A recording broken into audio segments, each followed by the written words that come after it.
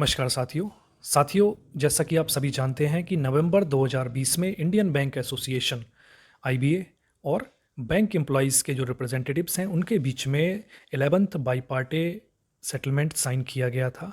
सबसे इम्पोर्टेंट चीज़ जिस पर सहमति बनी थी वो ये था कि 15% wage hike public sector banks के एम्प्लॉयज़ को दिया जाएगा।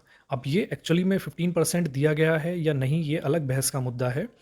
अब इसके साथ ही इसमें कई और चीज़ों पर भी सहमति बनी थी। उन्हीं में से एक है परफॉर्मेंस लिंक्ड इंसेंटिव स्कीम। अब इसको इंट्रोड्यूस करने के पीछे जो रीज़न दिया गया था वो ये था कि इससे सेंस ऑफ कंपटीशन डेवलप होगा बैंक एम्प्लॉयज़ के बीच में। साथ ही जो परफॉर्मर्स हैं, बैंक में जो परफॉर्मर्स हैं, उनको रिवॉर्ड किया जा सकता है इस स्कीम के तहत। अब इसका बेसिस क्या है? पीएलआई जो है, परफॉर्मेंस लिंक्ड इंसेंटिव है, ये केवल उन्हीं बैंक के एम्प्लॉयज़ को दिया जाएगा जो बैंक अपने जो बुक्स में नेट प्रॉफिट शो करेंगे। कोई अगर बैंक अपने बुक्स में प्रॉफिट शो नहीं करता है, यानी कि लॉस जिसको होता है, तो वहाँ पर उनके एम्प्लॉयज़ को परफॉर्मेंस लिंक्ड इंसेंटिव नहीं दिया जाएगा।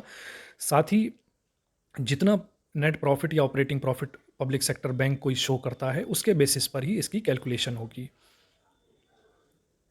अब इसकी कैलकुलेशन का जो तरीका बताया है वो ये है, अगर मान लीजिए आप कोई पब्लिक सेक्टर बैंक है जिसका profit year on year growth जो है ऑपरेटिंग प्रॉफिट में वो लेस देन 5% है, वहाँ पर किसी भी तरह का परफॉर्मेंस लिंक्ड इंसेंटिव पीएलआई नहीं दिया जाएगा। और अगर ये प्रॉफिट जो प्रॉफिट में ग्रोथ है वो 5% से 10% तक है, तो वहाँ पर 5 दिन की सैलरी, 5 डेज सैलरी सभी बैंक एम्प्लॉयज़ को, उस पर्टिकुलर बैंक के सभी एम्प्लॉयज़ को दी जाएगी as a performance linked incentive. अगर जो ऑपरेटिंग प्रॉफिट में ग्रोथ है वो मोर देन 10% है, अप टू 15%, 10 से 15% के बीच में है, वहाँ पर 10 दिन की सैलरी दी जाएगी परफॉर्मेंस लिंक्ड इंसेंटिव के तहत।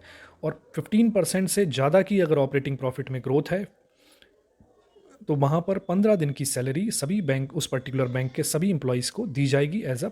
अभी रिसेंट में कई बैंक्स के एम्प्लॉयज़ को परफॉर्मेंस लिंक्ड इंसेंटिव दिया गया है और देखने में ये काफ़ी अच्छा लगता है कि एटलीस्ट बैंक के एम्प्लॉयज़ हैं उनके हार्ड वर्क को रिवॉर्ड किया जा रहा है। लेकिन दूसरी तरफ कुछ लोगों का ये भी मानना है कि ये एक कदम है प्राइवेटाइजेशन की ओर, और धीरे धीरे जो प्राइवेटाइजेशन की जो प्रोसेस है उसी का एक पार्ट है परफॉर्मेंस लिंक्ड इंसेंटिव। तो आप इस बारे में क्या सोचते हैं, इस स्कीम के बारे में क्या सोचते हैं? परफॉर्मेंस लिंक्ड इंसेंटिव ओवरऑल आपके हिसाब से ठीक है या गलत है, या फिर ये प्राइवेटाइजेशन से कनेक्ट करना इसको ठीक है या नहीं? अपनी राय कमेंट सेक्शन में दे सकते हैं। तो मिलते हैं साथियों नेक्स्ट वीडियो में। Thank you.